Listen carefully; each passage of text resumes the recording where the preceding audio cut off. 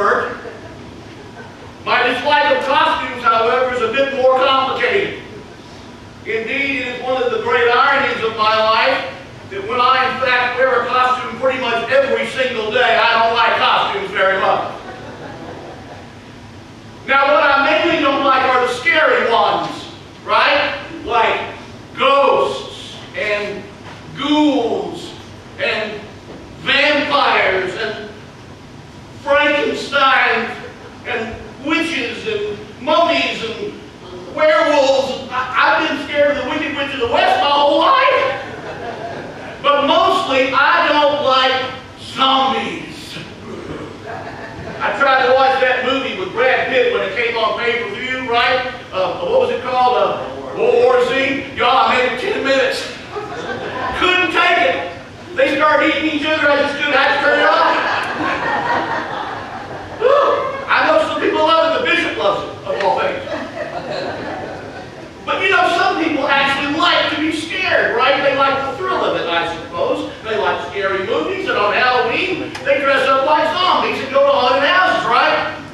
In fact, one of my best friends, Bess from over at the cathedral, is like that, right? On Halloween, no kidding, she's got a life-size coffin at her front door with a guy in it, right? And when the door opens, the guy sits up to scare all the little children. And the weird thing is she puts it up on the 1st of October. I mean, she loves that kind of stuff, but I hate it. I don't mind other people doing it. I think it's probably harmless by and large, but I just don't want to be included. To this day, I remain traumatized by Vincent Price and the vat of acid in the old movie House on Haunted Hill. Scared me to death. Had nightmares for a week.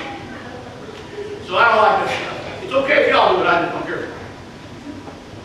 Of course, the name Halloween is a contraction of two English words, hallow and eve.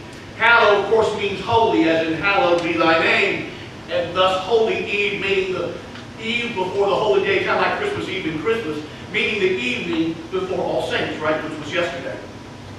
It's generally believed that Christians began officially celebrating All Saints in the middle of the 8th century, though there's no doubt that it had been done a lot prior to that as well. Initially, it was intended to commemorate the martyrdom of a vast number of unknown Christians who had lost their lives during the years of Roman persecution, and most especially at the so-called Great Persecution of Emperor Diocletian, which ended in about 297, which, according to Professor Bill Stafford, almost wiped Christianity off the face of the map. Constantine came along right in the nick of time. Of course, the word saint doesn't mean martyr anymore, at least not just that. You don't have to die to be a saint anymore. I think that what it principally refers to today are those persons living or dead who have best exemplified the teachings of Christ in their own lives, those who have been genuine vessels of God upon the earth. At the same time, St. Paul uses the word saint to indicate any Christian. That is, anyone who is baptized and is on the path, as it were, which suggests that we are all saints, or at least, perhaps better, we are saints in training. Hence the song. I sing a song of the saints of God, which, oh, by the way, I sang a cappella at 8:30. I really like that song. I don't know if they enjoyed it or not. I'm not sure. Now, I would be remiss if I neglected yet a fourth category for sainthood, by which I mean, of course, the New Orleans Saints. Drew Brees, Jimmy Graham, Mark Ingram, Sean Payton, Saints, everyone.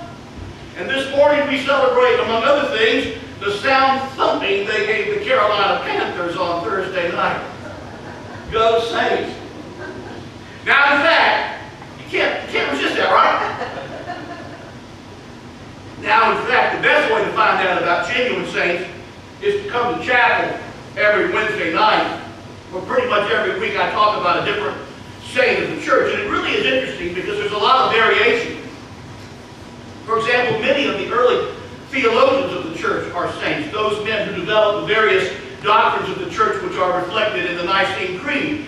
As a group, they're called the Church Fathers, and they include people like Clement of Rome and Polycarp of Smyrna. He's my birth saint. Irenaeus of Lyon, Ignatius of Antioch, Athanasius of Alexandria, the great champion of the co-eternal nature of Christ.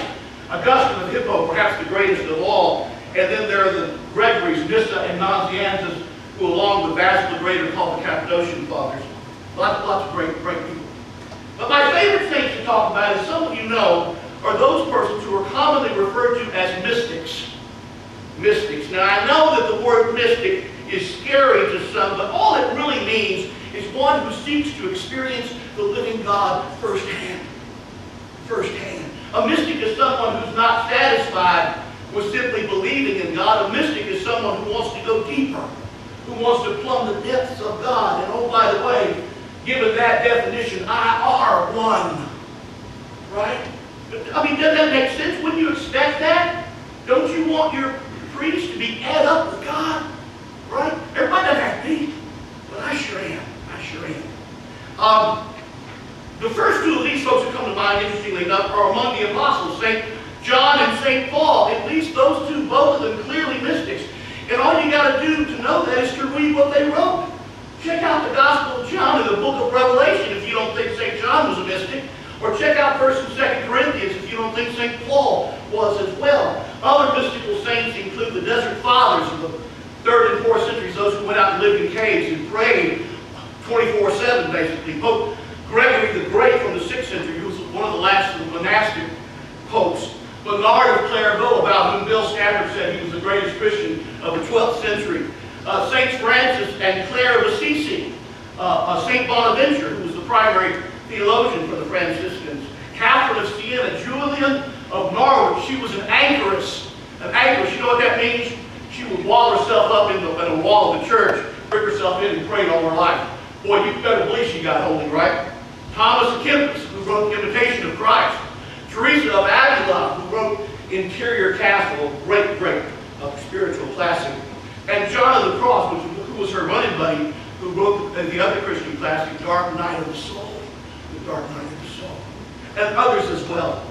These brave men and women, and many more like them, live lives of prayer and self-sacrifice, completely dedicated to knowing God more and more and more and more. They rejected the values of this world and sought instead the values of the kingdom.